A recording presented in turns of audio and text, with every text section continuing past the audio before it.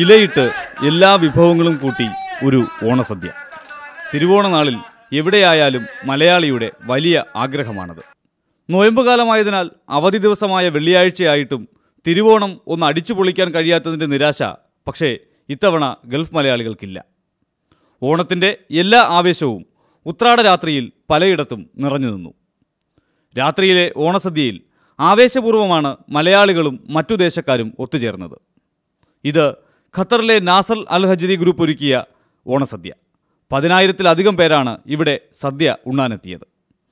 മലയാള നാട്ടിൽ തിരുവോണം പിറന്നപ്പോൾ ഖത്തറിലെ മലയാളികൾ ഓണസദ്യ ഉണ്ണുന്ന തിരക്കിലായിരുന്നു. എല്ലാവരും തികഞ്ഞ ആവേശത്തിൽ തന്നെ.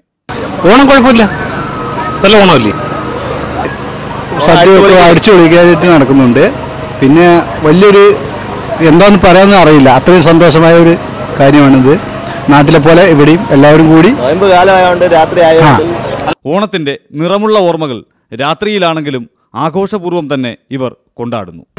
ഉത്രാട രാത്രിയും തിരുവോണപ്പുലരിയും ഒരുപോലെ ആഘോഷിക്കാനുള്ള ആവേശത്തിലാണ് ഇവർ.